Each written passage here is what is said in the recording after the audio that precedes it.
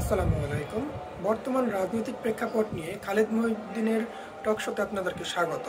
চলুন দেখে আসি বর্তমান প্রেক্ষাপটে খালেদ মহিউদ্দিনের একটি ভাইরাল বক্তব্য এবং টক শো। অন্তর্বর্তীকালীন সরকার যদিও গুম, খুন, বিচারহীনতা, দুর্নীতি নানা বিষয় নিয়ে কাজ করছেন, তবুও জুলাই আগস্ট আন্দোলনে আহত নিহতদের জন্য কারা দায়ী, কারা এর জন্য খুনি, সেইটার বিচার করার ক্ষেত্রে হবে কিনা, বিচার হবে কিনা সেটা নিয়ে অনেকে সন্দিহান। একদিকে অভিযোগ, কারণ একদিকে অভিযুক্ত অনেকে বিদেশে রয়ে গেছেন, কেউ কেউ আবার বিদেশে চলে যেতে পারছেন। এসব নানা বিষয় নিয়ে বিচারে নানা রকম প্রতিবন্ধকতা সৃষ্টি হচ্ছে। কেউ কেউ এরকম বিশ্লেষণও দিচ্ছেন। এসব নিয়ে আলোচনা করার জন্য আজ আমাদের সঙ্গে রয়েছেন আন্তর্জাতিক অপরাধ ট্রাইব্যুনালের চিফ প্রসিকিউটর জনাব মোহাম্মদ তাজুল ইসলাম। জনাব মোহাম্মদ তাজুল ইসলাম, আপনাকে আমাদের অনুষ্ঠানে স্বাগত জানাই। আপনাকে ধন্যবাদ, আপনি আমাদের সময় দিয়েছেন এবং আমাদের সাথে যুক্ত হয়েছেন। আমাদের সাথে আরও থাকছেন বাংলাদেশ সুপ্রিম কোর্টের আইনজীবী ব্যারিস্টার রাশনা ইমাম। ব্যারিস্টার রাশনা ইমাম, আপনাকেও আমাদের অনুষ্ঠানে স্বাগত জানাই এবং আপনি সময় দেওয়ার জন্য আমরা আপনাকে শুভেচ্ছা এবং কৃতজ্ঞতা আপনার জন্য। আমি অবশ্য প্রথমে জনাব তাজুল ইসলাম আপনার কাছে যেতে চাই। জনাব তাজুল ইসলাম, আপনি জানেন যে জুলাই হত্যাকাণ্ডের বিচারে আপনাদের অন্যতম চ্যালেঞ্জ হচ্ছে শেখ হাসিনাকে ভারত থেকে ফেরত আনা যাবে কিনা। অন্যদিকে অন্যদিকে আমরা দেখলাম যে জনাব ওবায়দুল কাদের নাকি 3 মাস দেশেই ছিলেন, তারপরে তিনি চলে গেছেন। বিচার প্রক্রিয়ায় আপনারা কি আসলে সবার সহযোগিতা পাচ্ছেন কিনা? আদালত জানতে চেয়েছেন মহাপুলিশ পরিদর্শকের কাছে বা পুলিশ চিফের কাছে যে কিভাবে তিনি দেশ ছেড়ে চলে গেলেন। আপনার কি মনে হয় তিনি কিভাবে দেশ ছেড়ে চলে গেলেন? এই সরকারের মধ্যেই কি কেউ কেউ তাকে দেশ ছেড়ে চলে যেতে সাহায্য করেছেন? জি, আপনাকে ধন্যবাদ। অত্যন্ত প্রাসঙ্গিক প্রশ্নটা করেছেন। ওবায়দুল কাদের সাহেব চলে যাওয়ার ব্যাপারে যেটা শোনা যাচ্ছে যে উনি 3 মাস দেশে ছিলেন। তো আপনারা জানেন যে বাংলাদেশে এই বিপ্লবের পরে পুলিশ বাহিনীতে যে অস্থিরতাটা ছিল, বাংলাদেশে এরকম পরিস্থিতি কখনো হয়নি যে গোটা পুলিশ বাহিনী পালিয়ে গেছে। এবং যেহেতু তারা একটা বড় অংশই এই গণহত্যার সাথে সম্পৃক্ত ছিল, অপরাধের সাথে সম্পৃক্ত ছিল, তাদের পালিয়ে যাওয়াটা ছিল স্বাভাবিক। তারপরে কিছু যারা যখন ফিরে আসলো, এটা আইন শৃঙ্খলা পরিস্থিতি স্বাভাবিক হতে একটা সময় লেগেছে। এবং এই সুযোগটার সদ্ব্যবহার করে আমাদের যে সমস্ত সম্ভাব্য পারপিট্রেটরস যারা আসামি যারা আছেন তারা দেশ ত্যাগ করেছেন। এবং সেই ক্ষেত্রে আমরা যতটুকু জানতে পেরেছি যে 3 মাস পর্যন্ত তিনি ছিলেন। আমরা এই ব্যাপারে বিজিবির সাথে কথা বলেছি। তারা যেটা বলার চেষ্টা করেছেন যে আমাদের বর্ডারে 4100 কিলোমিটারের বেশি বর্ডার আছে ভারতের সাথে, এবং সেই ক্ষেত্রে বিওপি গুলোতে যে কয়েকজন করে বিএসএফ থাকে তাদের পক্ষে আসলে পুরো সীমান্তটা পাহারা দেওয়া সম্ভব নয়। এই ফাঁক দিয়ে যদি কেউ পার হয়ে যায়, বাংলাদেশের কোনো ইমিগ্রেশনকে টাচ না করে, ওপার থেকে তাদেরকে আসলে ওয়েলকাম করার লোক আছে। সেই ক্ষেত্রে তারা চলে যেটা যাচ্ছেন, এটা বিজিবি চাইলেও অনেক ক্ষেত্রে তারা রোধ করতে পারেনি বলে তারা বলেছেন। আর বাংলাদেশের মধ্যে এটা অস্বাভাবিক নয় যে পুলিশের মধ্যে যেহেতু তাদের অনেক বেশি অনুগত লোকজন ছিল, তারা কেউ কেউ তাকে সহযোগিতা করেছেন, এটা স্বাভাবিক। কিন্তু যত সময় যাবে আমি মনে করি যে এই জিনিসটা আস্তে আস্তে ঠিক হয়ে আসবে। এইভাবে পালানোর পথটা আস্তে আস্তে রুদ্ধ হয়ে যাবে তাদের জন্য। না মানে আপনার কথা থেকে একটু ব্যারিস্টার ইসলাম আপনার কাছে একটু আসি যে আপনি বলছেন যে যত সময় যাবে তত ঠিক হবে, আবার আপনি বলছেন যে বা আপনাদের কাছে খবর হচ্ছে 3 মাস উনি দেশে ছিলেন। অর্থাৎ প্রথম 1 মাসকে যদি আমরা ধরে নিই যে পুলিশ বাহিনী তার পুনর্গঠন তার সেটার ক্ষেত্রে অসুবিধা, কিন্তু আমরা তো দেখলাম যে যখন পুরোটার সবাই সবার দায়িত্ব নিয়েছে তারপরে উনি গিয়েছেন। এটা কিভাবে ব্যাখ্যা করবেন? মানে ডেফিনেটলি যে এই জিনিসটা তাদের ব্যর্থতা তো বটেই। আমাদের আইন শৃঙ্খলা রক্ষাকারী বাহিনী যে আদালতের যে ওয়ারেন্ট ছিল সেটাকে কার্যকর করার ব্যাপারে যতটুকু তাদের সিরিয়াস হওয়া উচিত ছিল, অথবা টেকনোলজি ব্যবহার করে তারা যেভাবে সিরিয়াসলি তাকে গ্রেপ্তার করতে পারতেন সেটা তারা করেননি। এটা ডেফিনেটলি তাদের একটা ব্যর্থতা আমি বলবো। আরেকটা জিনিস হচ্ছে আমরা এটাও জানতে পারছি যে প্রথমে তাদেরকে কিন্তু কোথাও কোথাও আশ্রয় দেওয়া হয়েছিল জীবন বাঁচানোর জন্য বা ইত্যাদি ইত্যাদি কথা বলে। কিন্তু তারপরে যখন জীবন বাঁচানোর পর্বটা শেষ হয়ে গেল, তাদের জীবনের উপর আশঙ্কা কমে গেল, তখন তাদেরকে আসলে আইনের হাতে সোপর্দ করা উচিত ছিল। সেই জায়গাটায় একটা শূন্যতা হয়েছে বলে আমরা মনে করছি। আপনার কাছে কি মনে হচ্ছে যে এটার ক্ষেত্রে কিছুটা পিক এন্ড চুজ করা হয়েছে, যে কাকে আসলে মানে আশ্রয় নিতে সবাই এক জায়গাতেই গিয়েছেন, আমরা ক্যান্টনমেন্টের কথা বলতে পারি, কিন্তু তারপরে পিক এন্ড চুজ করা হয়েছে কাকে তুলে দেওয়া হবে কাকে তুলে দেওয়া হবে না? ব্যাপারটা কি এরকম? এটা আমার কাছে ডেফিনিট কোনো ইনফরমেশন নেই। কিছু লোক গ্রেপ্তার হয়েছেন, কিছু লোক গ্রেপ্তার হয়েছেন বলে খবর বেরিয়েছিল, সেগুলো পরবর্তী সময় আমরা দেখলাম যে না, তারা আসলে গ্রেপ্তার হননি। তো সেক্ষেত্রে পিক অ্যান্ড চুজ অথবা কেউ তাকে ফেভার করা বা এরকম কিছু একটা হয়ে থাকতে পারে। যেহেতু আমার কাছে ডেফিনিট ইনফরমেশন নেই, আমার পক্ষে মন্তব্য করাটা কঠিন। কিন্তু দৃশ্যত তাদের পালিয়ে যেতে কেউ না কেউ সাহায্য করেছে, এটা বোঝা যাচ্ছে বিদ্যমান বাস্তবতা থেকে। আপনাকে ধন্যবাদ। আমি একটু ব্যারিস্টার রাশনা ইমামের কাছে আসি। যে ব্যারিস্টার রাশনা ইমাম, আপনি জানেন যে আওয়ামী লীগ সরকারে করা আন্তর্জাতিক অপরাধ ট্রাইব্যুনালে নিয়ে অনেকেরই আপত্তি ছিল বা কারো কারো আপত্তি ছিল। কিন্তু যাদের আপত্তি ছিল তাদের কেউ কেউ এখন আবার অন্তর্বর্তী সরকারের ঘনিষ্ঠ। এই সরকার ট্রাইব্যুনাল পুনর্গঠন করেছে। এই পুনর্গঠন প্রক্রিয়া থেকে আপনি কি বার্তা পেয়েছেন? আমি প্রশ্নটা আরেকটু স্পেসিফিক করি। আমাদের সাথে আছেন চিফ প্রসিকিউটর জনাব মোহাম্মদ তাজুল ইসলাম। তা তিনি এখন আবার এটা চিফ প্রসিকিউটর হয়েছেন। অনেকে বলছেন যে এই ব্যাপারটা আসলে ঠিক হয়েছে কিনা। আমরা এটা অবশ্য তার কাছেও জানতে চাইবো, আপনার কাছ থেকে আগে প্রথমে জানতে চাই। আবার তার বিশেষ পরামর্শক মানে জনাব তাজুল ইসলামের বিশেষ পরামর্শক নিয়োগ করা হয়েছে টবি ক্যাডম্যানকে। আমরা আওয়ামী লীগ আমলে আন্তর্জাতিক অপরাধ ট্রাইব্যুনালে ৭১-এর মানবতা বিরোধী অপরাধের যখন বিচার চলছিল তখন এই ব্রিটিশ আইনজীবী টবি ক্যাডম্যান অভিযুক্তদের পক্ষে আইনজীবী হিসেবে বাংলাদেশে আসতে চেয়েছিলেন, যদিও তখন তা আসতে দেওয়া হয়নি। এটা থেকে আসলে আমরা কি বার্তা পাচ্ছি, মানে মানে আমরা কি আমরা আপনার কাছে একটু শুনি। জি জি, ধন্যবাদ খালিদ ভাই। প্রথমে আমি যে কথাটা বলবো যে আমাদের একটু রিয়েলিস্টিক হওয়া উচিত এসব ব্যাপারে, কারণ বাংলাদেশে কিন্তু ঘাটতি আছে কম্পিটেন্সেরও প্রত্যেকটা ক্ষেত্রে। এবং আমরা জানি তাজুল ভাই আমাদের সামনে, আমার সাথে এখন সামনে আছে বলে যে আমি তা বলছি তা না, বাট উনি এই ব্যাপারে যথেষ্ট অভিজ্ঞতাও অর্জন করেছে এবং সেটা একটা বড় কারণ যে কারণে ওনাকে এই পদটা দেয়া হয়েছে। এটাও কিন্তু ভুলে গেলে হবে না। ওনার মতো অভিজ্ঞতা সম্পন্ন খুব কমই হয়তো হাতে গোনা আছে বা ছিল যখন উনি এই পদটা পেলেন। তো সেটা একটা কারণ। এখন আরেকটা আপনি বলতে পারেন যে অপটিক্সটা নিয়ে হয়তো অনেকের অপটিক্সটা জন্য অনেকের প্রশ্ন উঠেছে যে ওনার রাজনীতি বলেন বা ওনার প্রিভিয়াস রেকর্ডস গুলো দেখলে মনে হবে যে উনি কি ইম্পার্শিয়াল হতে হবে নাকি। কিন্তু এখানে তো ওনার ইম্পার্শিয়ালিটিটা যত না প্রয়োজন, ওনার স্বাধীন হওয়াটা যত না প্রয়োজন, তার থেকে বেশি প্রয়োজন কিন্তু যে ট্রাইব্যুনালটা স্বাধীন কি না, যে বিচারটা করবে। সো আই থিংক ট্রাইব্যুনালের স্বাধীনতাটা এখানে অনেক বেশি ইম্পর্টেন্ট প্রসিকিউটরের স্বাধীনতাটা থেকে। কিন্তু আমরা যখন বার কাউন্সিলের থেকে আপনারা সনদ নেন তখন আপনারা তো আসলে এইটারও সনদ নেন। আপনারা তো আসলে যারা আইনজীবী আছেন তারা তো আসলে বিচারের extended hand, law officer of the court.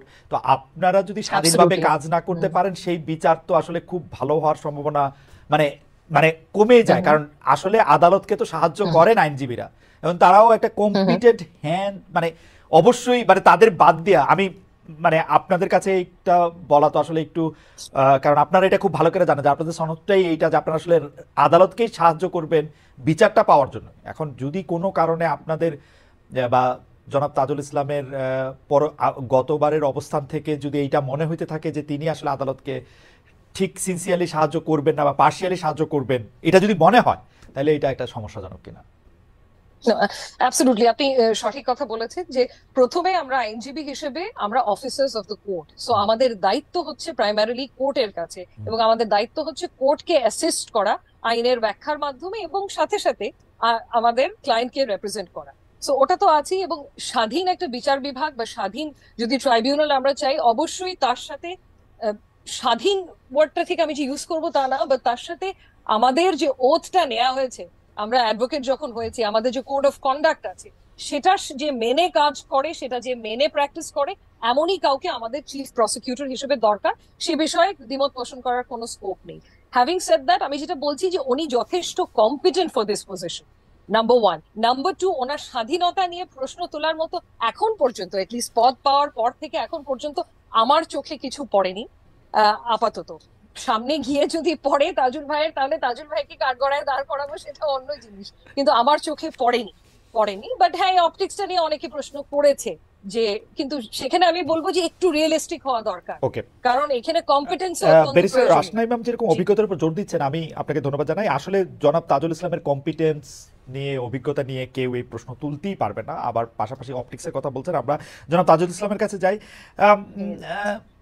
জনাব তাজুল ইসলাম, মানে ব্যাপারটা একটু উইয়ার্ড কিনা, আমি প্রশ্নটা ইলাবোরেট করলাম না। মানে ধরেন আমরা আপনাকে যে আদালতে আসলে ডিফেন্স লয়ার দেখছি, সেইটাতে আপনি যখন এটার মধ্যে কেসটা কনস্ট্রাক্ট করতেছেন, বিপরীতে যেই থাক না কেন, এটা একটু উইয়ার্ড কিনা, মানে এটা আপনি কিভাবে হ্যান্ডেল করতেছেন? দেখুন, একেবারেই এই প্রশ্নটা যেখান থেকে আসছে বা যেভাবে তোলা হচ্ছে, এটা নিতান্ত অনাকাঙ্ক্ষিত। কারণ দেখুন, আমরা আইনজীবী হিসেবে আজকে প্রসিকিউশনে থাকবো, কালকে ডিফেন্সে থাকবো। আমরা প্রতিনিয়ত অনেক মামলা করি, কোনোটাতে হয়তো ডিফেন্ডেন্ট সাইডে, কোনোটা রেসপন্ডেন্ট সাইডে, কোনোটা পিটিশনার সাইডে। আইনজীবীর কাজই তাই। আমরা আমাদের ক্লায়েন্টের ইন্টারেস্টকে সার্ভ করব একটা জুডিশিয়াল প্রসেসের মধ্য দিয়ে, এবং সেক্ষেত্রে আমার ক্লায়েন্ট কোর্টে যাতে ন্যায় বিচার পান, সেই যুক্তিগুলো কোর্টের কাছে তুলে ধরে কোর্টকে একটা সঠিক সিদ্ধান্তে পৌঁছার ব্যাপারে সাহায্য করাই হচ্ছে আইনজীবীর কাজ। একসময় আমি ডিফেন্সের পক্ষে কাজ করেছি, তাদের ইন্টারেস্ট আমি সার্ভ করার জন্য চেষ্টা করেছি, তারা যাতে সর্বোচ্চ ন্যায় বিচারটা পান সেই ব্যাপারে আমার সমস্ত মেধা আমি ব্যয় করেছি। এখন আমি প্রসিকিউশনের পক্ষে কাজ করছি। দেখেন, যারা কনফ্লিক্ট অফ ইন্টারেস্টের কথা বলে, সেই সময় আমি যাদের পক্ষে মামলা লড়েছি তারা কি এই মামলার বাদী অথবা তারা কি এই মামলার আসামি?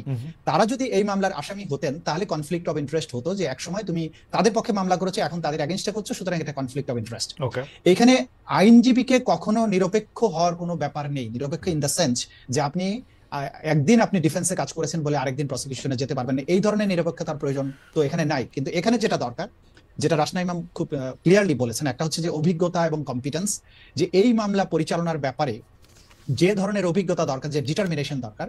বাংলাদেশে যে ম্যাসিভ স্কেলে যে ক্রাইমস এগেইনস্ট হিউম্যানিটি হয়েছে, আমাকে আয়না ঘরের গভীর অন্ধকার থেকে যে এভিডেন্স গুলো কালেক্ট করে আনতে হবে এবং সেটাকে প্রপারলি আদালতের সামনে ইন্টারন্যাশনাল স্ট্যান্ডার্ড, দেশীয় স্ট্যান্ডার্ড মেনটেন করে প্রেজেন্ট করার জন্য যে স্ট্রং ডিটারমিনেশন দরকার, যে অভিজ্ঞতা দরকার, যে এক্সপার্টিস দরকার, সেটা আমার আছে কিনা, সেটা আমি রাষ্ট্রের পক্ষকে সার্ভ করার জন্য আমি কম্পিটেন্ট কিনা। এবং এখানে আমি 100% আমি রাষ্ট্রের পক্ষে, আমার তো নিরপেক্ষতার প্রয়োজন নেই, আমি 100% রাষ্ট্রের পক্ষে নিরপেক্ষ থাকবো। যদি ন্যায় বিচার নিরপেক্ষ হতে হবে, এখানে জাজেসদের, এখানে আদালতকে নিরপেক্ষ হতে হবে। আমি একটা সাইড, ডিফেন্সের আরেকটা সাইড থাকবে, দুই পক্ষ তার ক্লায়েন্টের বেস্ট কেসকে এখানে প্রেজেন্ট করার চেষ্টা করবে। সেই ক্ষেত্রে কোনো আপোষ করার কোনো সুযোগ আছে কিনা আমি জানি না, কোনো আপোষ করার কোনো সুযোগ আছে বলে আমি মনে করি না। বেশি ইসলাম, এইটা অবশ্যই একটা খুবই ফাইন লাইন আইন কানুনের, যে আসলে লয়ার একটা পক্ষ কিনা, কারণ অথবা লয়ার আসলে এই পুরো বিচার ব্যবস্থারই অঙ্গ কিনা, সেটা নিয়ে আসলে বিস্তর একাডেমিক আলোচনাও চলতে পারে, আমরা একসময় নিশ্চয়ই সেটা করব।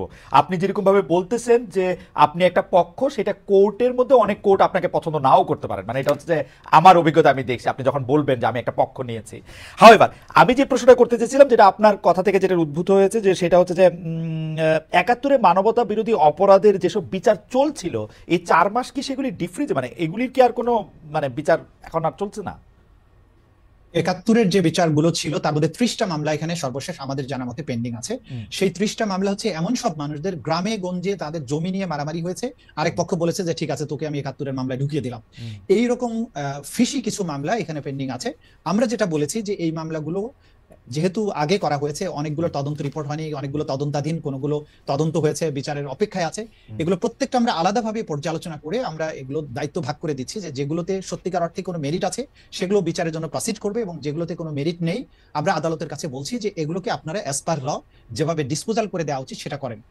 আমরা দেখেছি যে এখানে ৯০ বা ৯৫ বছর বয়সের অনেক আসামি আছেন, যে পঙ্গু, যারা বিছানায় শুয়ে বাথরুম করতে হয়, সেই রকম ধরনের লোকদেরকে কোনো ধরনের জামিন না দিয়ে বছরের পর বছর এখানে আটকে রাখা হয়েছে। আমরা এটা বলেছি আদালতের কাছে যে এই জাতীয় বিষয় যেখানে আছে, আদালত অবশ্যই যেন তার ডিসক্রিপশন ব্যবহার করে এই লোকদেরকে বের করে দেন। এবং আমাদের প্রায়োরিটি হচ্ছে যে এখন জুলাই আগস্টের সংগঠিত গণহত্যা এবং গত ১৬ বছরে মানবতা বিরোধী যে সমস্ত অপরাধ, গুম এবং খুনের মতো বিষয়গুলো হয়েছে, সেগুলোর বিচারের বিষয়গুলোকে করা, মানে ৭১-এর মানবতা বিরোধী অপরাধ নিয়ে এই মামলাগুলি আর চলবে না। মানে আপনার কথা শুনেই বোঝা গেল যে আপনি যা বলবেন সেটাই বললেন, সেটাই তো মোটামুটি আদালত সিদ্ধান্ত দিবেন, তাই তো? চলবে না, না আদালত তো আদালত স্বাধীনভাবে দেবেন, আমরা চলবে না বলছি না। এই মামলাগুলো যেগুলো আছে এগুলো দেখলেই বোঝা যায় যে এই মামলাগুলো হচ্ছে যে একেবারেই সাজানো মামলা, যেগুলো খুব বেশি এগুলোকে প্রায়োরিটি দেওয়ার মতো নয়। এটা কোর্ট বলার পরে বললে ভালো হইতো মনে হয়। না না, এগুলো হচ্ছে প্রসিকিউশনের পক্ষ থেকে তো আমাদের একটা বক্তব্য আছে। আমরা যখন প্রসিকিউশন ইনভেস্টিগেশন এজেন্সিকে সুপারভাইজ করে, আমাদের ইনভেস্টিগেটররা যে ধরনের রিপোর্ট দিচ্ছেন এগুলো আমরা দেখছি, দেখার পরে আমরা কিন্তু কোনো ডিসিশন দেইনি। আমরা নীতিগতভাবে যেটা বলেছি যে পর্যালোচনা করে আদালতের কাছে আমরা ক্রমান্বয়ে প্লেস করছি। দেখেন, আমরা প্রতিদিনই কিন্তু এখনকার নতুন মামলার পাশাপাশি পুরাতন মামলাগুলো তালিকায় আসছে, আদালত কিন্তু দেখে দেখে এগুলোর উপরে অর্ডার দিচ্ছেন। সেগুলো ব্যাপারে যথার্থ যে যা প্রক্রিয়াটা গ্রহণ করা উচিত সেগুলো এখানে গ্রহণ করা হবে। আপনাকে অনেক ধন্যবাদ। আমি একটু ব্যারিস্টার আসনাম আমার কাছে আবার একটা নতুন প্রসঙ্গ নিয়ে আসি, যেটা নিয়ে আমরা আসলে জনাব তাজুল ইসলামকে একটু শুনবো। সেটা হচ্ছে যে বিচার বিভাগের স্বাধীনতা বা বিচার বিভাগ কতটা ভালোভাবে কাজ করতে পারতেছে, সেইটার একটা বড় অংশ নির্ভর করে হচ্ছে জুডিশিয়ারিতে আমরা কাকে নিয়োগ দিচ্ছি বা দিচ্ছি না সেটার উপর। এবং পঞ্চদশ সংশোধনী বাতিল করার সময়, পঞ্চদশ সংশোধনীটা আসার সময় একটা কথা বারবার, মানে বিচারকদের পালনীয় আচরণবিধি, কারা বিচারকের মধ্যে নিয়োগ হবে, কে বিচারকদের সরাতে পারবে, সেগুলো নিয়ে নানা ধরনের কথা হয়েছিল। আমরা এখন এই সরকারের আমলে যেসব নিয়োগ দেখছি, বিশেষ করে মানে জুডিশিয়ারিতে নিয়োগগুলা, ট্রায়াল হাইকোর্টে ডিভিশনে তো বটে, ট্রায়াল কোর্টেও আসলে গুরুত্বপূর্ণ জায়গাগুলিতে কে আসছেন না, সেগুলি বিবেচনা করে কি মনে হচ্ছে এই সরকার কি একটা স্বাধীন বিচার বিভাগ চান, নাকি এরকম একটা বিচার বিভাগ চান যে এই বিচার বিভাগ দিয়ে আসলে তাদের মতো করে সিদ্ধান্ত দেয়া যাবে? ব্যারিস্টার রাশনা ম্যাম, আপনার কাছে একটু শুনতে চাই। জি জি, খালেদ ভাই একটু ভেঙে গেছিল, আপনি জিজ্ঞেস করছেন যে আমরা শেষের লাইনটা যে আমরা কি স্বাধীন বিচার বিভাগ চাই নাকি নাকি মানে এরকম একটা বিচার বিভাগ চাই যে বিচার বিভাগটা আমার পছন্দ মতো রায় দেবে, অর্থাৎ ডক্টর ইউনূস যেটা চাইবেন এটা একটু মনে মনে বুঝে নিয়ে বিচারকরা একটা রায় দিবেন, এরকম একটা বিচার বিভাগ চাই কিনা, বা তাজুল ভাই যেটা চাবেন যে সেটা রায় দিবেন কিনা? জি জি, একেবারেই না। আমরা এমন একটা বিচার বিভাগ চাই যেটা পুরোপুরি স্বাধীন। আমরা তো ভুক্তভোগী, গত 15 বছর ধরে আমরা ভুক্তভোগী। যে বিচার বিভাগ যদি স্বাধীন না হয় তাহলে কি হতে পারে, এটার ভুক্তভোগী আমরা সবাই। এবং এটা আমরা চাক্ষুষ দেখেছি যে যদি সরকারের পছন্দ মতো রায় না হয়, যেরকম 16th অ্যামেন্ডমেন্টের রায়, যেটা 16th অ্যামেন্ডমেন্টে যখন হাইকোর্টের রায় হলো যে বিচারপতি প্রিসাইডিং জাজ ছিল ওনাকে অ্যাপেলেট ডিভিশনে কখনো এলিভেট করা হয়নি, উনি হাইকোর্টে রিটায়ার করেছেন। তারপরে আপিল বিভাগে জাস্টিস সুরেন্দ্র কুমার সিনহা যখন 16th অ্যামেন্ডমেন্টের রায়টা দিল, ওনাকে কিভাবে ফোর্স মানে জোর পূর্বক ওনার পদত্যাগটা করা হলো এবং তারপরে দেশ ছাড়তে বাধ্য হলো, এগুলো তো আমরা সব দেখেছি। এবং এটা আমার মতে একটা স্বাধীন বিচার বিভাগ। জি বেরসেন ইমাম, আপনি এখন পর্যন্ত যে নিয়োগগুলি, জি বেরসেন ইমাম, এই এখন পর্যন্ত যে নিয়োগগুলো হয়েছে রাইট, সেটা দেখে আপনার কাছে কি মনে হচ্ছে যে এই সরকার কি? জি, আমার যেটা ব্যক্তিগত মনে হয় সেটা হচ্ছে গিয়ে নিয়োগের ব্যাপারে বিধিমালা প্রণয়ন করার পরেই হয়তো নিয়োগ হলে বেটার হতো। কারণ এখনো কিন্তু আমাদের সিস্টেমটাতে স্বচ্ছতা নেই যে কি ভিত্তিতে বা কি জিনিস বিবেচনায় নিয়ে নিয়োগগুলো হয়েছে, এ ব্যাপারে কিন্তু এখনো কনফিউশন আছে, এখনো ক্লিয়ার না আমাদের কাছে। হয়তো পরিস্থিতিটা এমন ছিল, আমি যে খুব সমালোচনা করছি এটা তা না, কারণ পরিস্থিতিটা এমনই ছিল যে আমাদের এই যে চলে গেছে, আমাদের কোর্টের প্রাঙ্গণ ঘেরাও করেছে, তখন বাধ্য হয়েছে ছুটিতে পাঠাতে 12 জন বিচারপতি, তার মধ্যে অনেকেই সিনিয়র ছিল। সো বিচার বিভাগ বা এই উচ্চ আদালত তো খালি হয়ে যেতে পারে না। সো তখন তড়িঘড়ি করে তো আমাদের অ্যাপয়েন্টমেন্ট দিতে হবে, নতুন বিচারপতি বসাতে হবে সেই কোর্টগুলোতে, কারণ মামলা তো কমছে না, মামলা তো বেড়েই যাচ্ছে। সো আপনি যদি বাস্তবতাটা চিন্তা করেন তাহলে হয়তো দ্রুত অ্যাপয়েন্টমেন্ট ছাড়া আর কোনো উপায় ছিল না। কিন্তু হ্যাভিং সেড দ্যাট, আমার জানা মতে কিন্তু খসড়া বিধিমালা অলরেডি তৈরি করা হয়েছে যে বিচারক কিভাবে নিয়োগ দেয়া হবে এই প্রসিজারটা লে ডাউন করে। সো এটা যত তাড়াতাড়ি ফাইনালাইজ করে আমাদের সবার সামনে চলে আসবে, তত তাড়াতাড়ি অ্যাপয়েন্টমেন্টের ক্ষেত্রে একটা ট্রান্সপারেন্সি থাকবে, যেটা অত্যন্ত জরুরি, অত্যন্ত জরুরি। কারণ আমি বিচারক নিয়োগের খসড়া বিধিমালা প্রসঙ্গে বলতে চাই যে 1999 সালে আমার লেখা প্রথম যে লিডিস্টরিতে আমার নাম ছিল সেইটাও বিচারকদের নিয়োগের পালন বিধি নিয়েছিল। মানে ওই বিধি খসড়া হয়ে আসতেছে গত 26 বছর ধরে, আরো 26 বছর ধরেও এটা নিশ্চয়ই হতে পারবে যদি না সরকারের এটা সদিচ্ছা না থাকে। তাহলে আপনি বলতেছেন যে কিছু তাড়াহুড়ায় কিছু নিয়োগ হয়তো তড়িঘড়ি করে টাইমের প্রয়োজনে দিতে হয়েছে। কিন্তু আমি যদি প্রশ্নটা আরেকটু অন্যরকম ভাবে বা অন্য পার্সপেক্টিভ থেকে করি, যে গত 15 বছরে গুম খুন সহ বিভিন্ন অপকর্মের বিচার করার কথা বর্তমান সরকার বলছে, আবার আওয়ামী লীগ সরকারের পতন 5 আগস্ট হয়েছে, বর্তমান সরকার দায়মুক্তি দিয়েছে 8 আগস্ট পর্যন্ত। তো এই যে দায়মুক্তি সংস্কৃতিটা, এটা পরবর্তী সময় বিচার বিভাগকে প্রভাবিত করবে কিনা, মানে সমস্তটা মিলেই তো সিস্টেম। আপনার কাছেও একটু শুনতে চাই, আপনার মন্তব্যের পরে আমি একটু জনাব তাজুল ইসলামের কাছে একই ব্যাপারটা একটু শুনতে চাইবো। ব্যারিস্টার রাশনা ইমাম। জি খালেদ ভাই, আমি আবারও কিন্তু ভেঙে যাচ্ছে আমার এখানে। আচ্ছা, আমি সরি, আমার মনে হয় যে কানেকশনে কোনো প্রবলেম আছে। আমি বলছি যে 15 বছরে গুম খুন সহ নানা অপরাধ বিচারের কথা বলা হচ্ছে, কিন্তু আপনি কি এখন পরিষ্কার শুনতে পাচ্ছেন? আমি 15 বছর শব্দটা শুধু শুনতে পাচ্ছি। মানে গুম খুন সহ বিভিন্ন অপরাধের বা অপকর্মের বিচার করার কথা বলছে বর্তমান সরকার। জি, কিন্তু 5 আগস্ট শেখ হাসিনা চলে যাওয়ার পর দায় মুক্তি দেওয়া হয়েছে 8 আগস্ট পর্যন্ত। তার মধ্যে অনেক হত্যাকাণ্ড বা মানে বড় অপরাধও রয়েছে। এই দায় মুক্তিটা ভালো হয়েছে, মানে ঠিক হয়েছে, মানে আপনি কি মনে করেন যে এটা পরবর্তী বিচার ব্যবস্থাকে আসলে প্রভাবিত করবে কিনা? দায় মুক্তি দেয়া হয়েছে 5 থেকে 8 পর্যন্ত, এটা আপনি বলছেন? 15 জুলাই থেকে 8 আগস্ট পর্যন্ত, মানে শেখ হাসিনা চলে যাওয়ার পরেরও আরো 3 দিনের দায় মুক্তি। মানে 5 আগস্ট পর্যন্ত দিলে এটা একরকম বোঝা যাইতো যে এটা তো ওই সরকারের সময় আসা ঘটনা, কিন্তু তারপরের 3টা দিন বেশি। তারপরে আমি 8 আগস্ট পর্যন্ত দায় মুক্তি দেওয়াটা আপনার ঠিক মনে হয়েছে কিনা? কারণ এই সরকার চলে গেছে 5 আগস্ট, তারপরে আরো 3 দিন দায় মুক্তি বেশি দেওয়া হয়েছে, এটা আপনার কাছে সঠিক মনে হয় কিনা অবস্থানটা, বা এই দায় মুক্তিটা পরবর্তীতে বিচার ব্যবস্থায় কোনো প্রভাব বিস্তার করবে কিনা?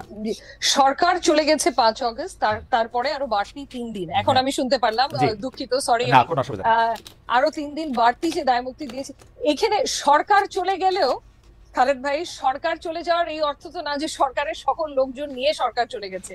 তার তো লাখ লাখ কর্মী, অনেক নেতারাও দেশে ছিল তখন। সো তাদের অপকর্ম কুকর্ম বলেন, অপরাধ সংগঠন করারও যথেষ্ট সুযোগ ছিল তারপরের কিছুদিনও চাইলে। সো আমি শিওর না আমি কতটুকু একমত এই ব্যাপারে যে এই 3 দিন বাড়তি যে দেয়া হয়েছে, আমি যদি আপনার প্রশ্নটা ঠিক মতো বুঝে থাকি। জি জি জি আমি আশা করছি যে এখন আপনি স্পষ্ট, মানে আমরা তো বলছি যে সকল ধরনের অপরাধ, গুম খুন আমরা গত সরকারের আমরা বিচার করব, এবং সেই বিচার করার ক্ষেত্রে আমরা বলছি যে 15 জুলাই থেকে ছাত্র জনতার যে আন্দোলন, সেই আন্দোলনের মধ্যে থেকে অনেক কিছু ঘটনা ঘটেছে। সেই ঘটনার ক্ষেত্রে কিছু ঘটনা দায়মুক্তি দেওয়া হয়েছে, কিন্তু দায়মুক্তিটা এক্সটেন্ড করা হয়েছে 8 আগস্ট পর্যন্ত। সেই সময় অনেক পুলিশ বাহিনীর সদস্য মারা গেছেন, অনেকে মারা গেছেন, ছাত্রদের মধ্যে কেউ মারা গেছেন। এটা ঠিক হয়েছে কিনা, পরবর্তী বিচার বিভাগে এটা মানে বিচার কার্যক্রমে এটা প্রভাব বিস্তার করবে কিনা, এটা ছিল হচ্ছে আমার প্রশ্ন। জি জি জি, আমি তো বললাম আমার মনে হয় না ওটা হয়তো দেয়া, মানে দায়ের মুক্তিটা দেয়া হয়তো উচিত হয়নি, কারণ আমি বুঝতে পারছি যতটুকু আপনার প্রশ্নটা। আপনি বলছেন তার লোকজন তো ছিল, তার লোকজন ছিল, তার সেটা দায়ের মুক্তি দেওয়া উচিত হয় না। আচ্ছা, এবার আমি আপনাকে স্পষ্ট বুঝতে পারলাম। আমি তো জনাব তাজুল ইসলামের কাছে যাই। জনাব তাজুল ইসলাম, দুটি বিষয়। এক হচ্ছে যে বর্তমান সরকার বিচার বিভাগের ক্ষেত্রে যাদেরকে এরকম নিয়োগ দিচ্ছেন, হায়ার জুডিশিয়ারিতেও অর্থাৎ হাইকোর্ট এবং অ্যাপিলেট ডিভিশনে এবং ট্রায়াল কোর্টেও যাদেরকে কি পজিশনে নিয়োগ দিচ্ছেন, এইটা দেখে আমরা লক্ষণিক কি মনে হচ্ছে আপনার, যে সরকারকে একটা তাবেদার বিচার বিভাগ চান নাকি একটা স্বাধীন বিচার বিভাগ চান? জনাব তাজুল ইসলাম।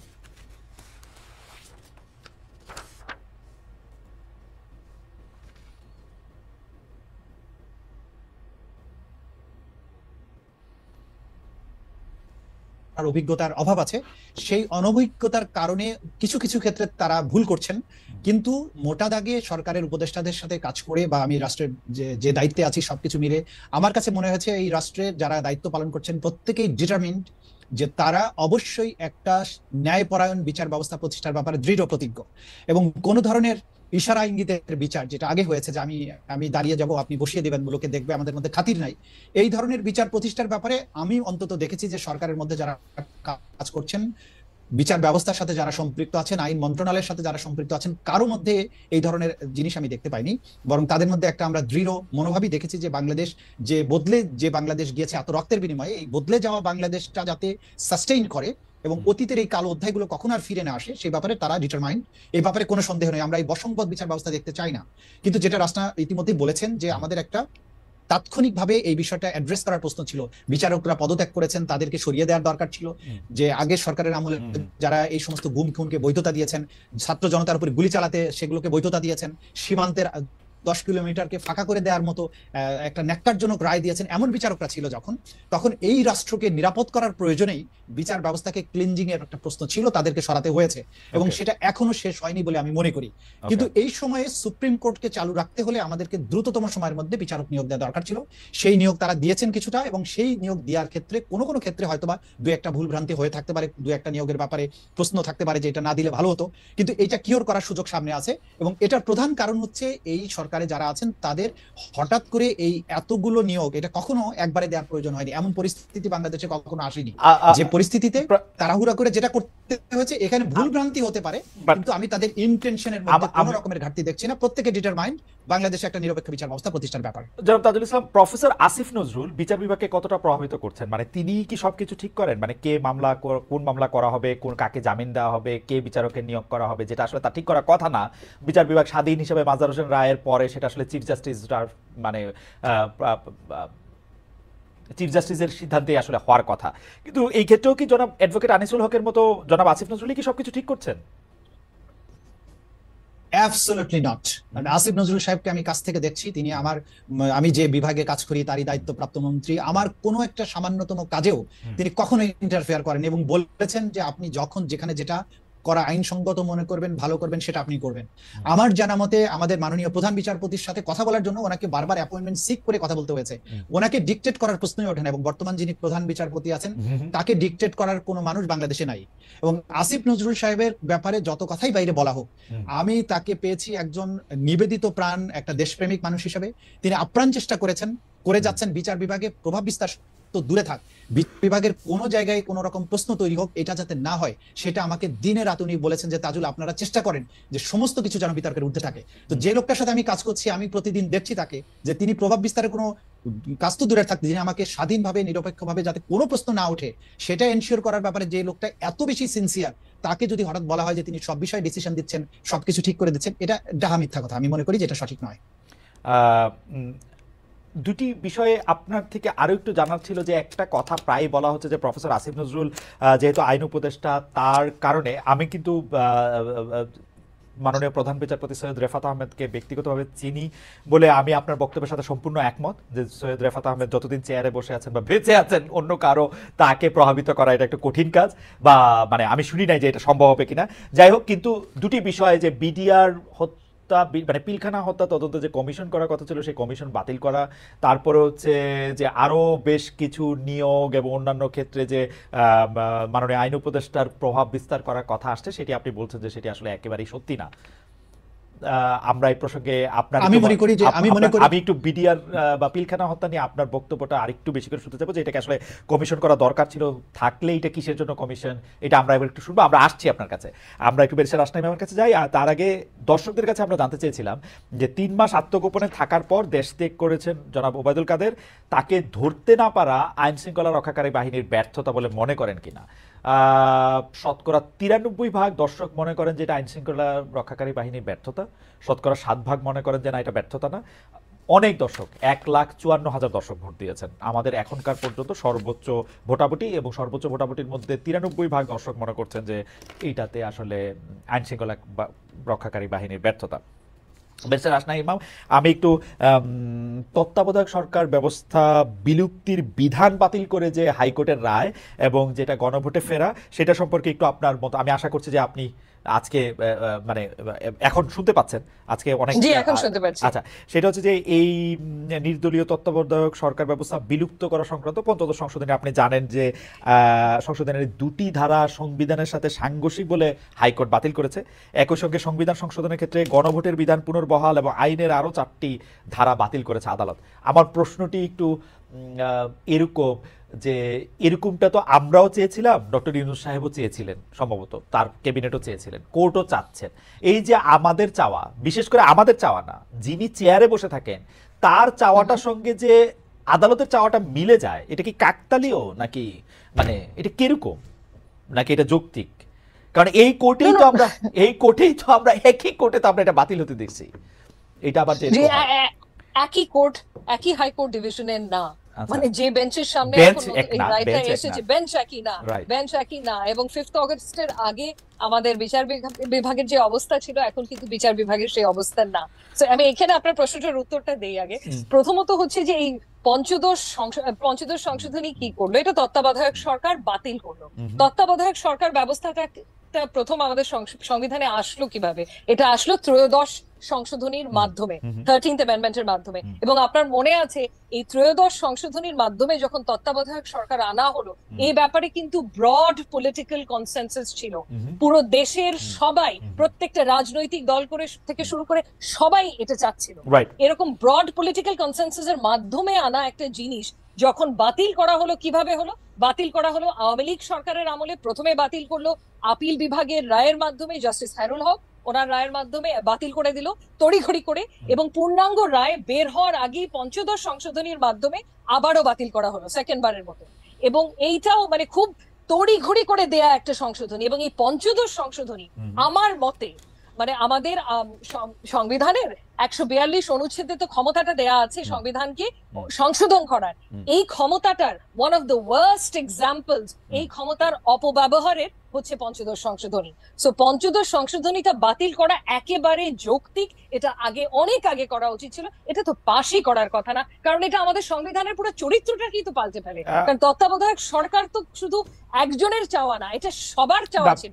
কিন্তু এটা যখন বাতিল হয়েছে, খালেদ ভাই একটু বলেনি, বাতিল হয়েছে কিন্তু ইউনিল্যাটারালি। তখন পার্লামেন্টেও আওয়ামী লীগের রাজত্ব ছিল, ওইরকম একটা পরিস্থিতিতে তড়িঘড়ি করে এটাকে বাতিল করা হলো। এটা তো কারো চাওয়া ছিল না, আওয়ামী লীগের চাওয়া ছাড়া, এবং দ্যাট টু যাতে ওনারা ক্ষমতায় টিকে যেতে পারেন, ক্ষমতাটা বহাল রাখার জন্য এসেনশিয়ালি। না, কিন্তু ইমাম মানে কোর্টের কাছে, মানে তত্ত্বাবধায়ক সরকার ব্যবস্থার এই মানে কোর্টের কাছে তো প্রশ্নটা ছিল যে আমাদের যে সংবিধান, আমাদের যে রাষ্ট্রীয় কাঠামো, সেটা যেহেতু রিপ্রেজেন্টেটিভ টাইপ, সেহেতু কখনো এটা মানুষের রিপ্রেজেন্টেশন ছাড়া আর কিছু থাকতে পারে কিনা। বা এটা সংবিধানের সাথে সাংঘর্ষিক কিনা। তো কোর্টের তো এখানে আর কিছু করার ছিল কি? ওকে তো প্রশ্নই করা হয়েছে যে আমাদের দেশের সংবিধান অনুযায়ী রাষ্ট্র পরিচালনার ক্ষেত্রে কখনো কি অনির্বাচিত বা যারা জনপ্রতিনিধি না তারা আসলে ক্ষমতা থাকতে পারে কিনা, রাষ্ট্র পরিচালনা করতে পারে কিনা, 1 মিনিটের জন্য পারে কিনা, 5 দিনের জন্য পারে কিনা।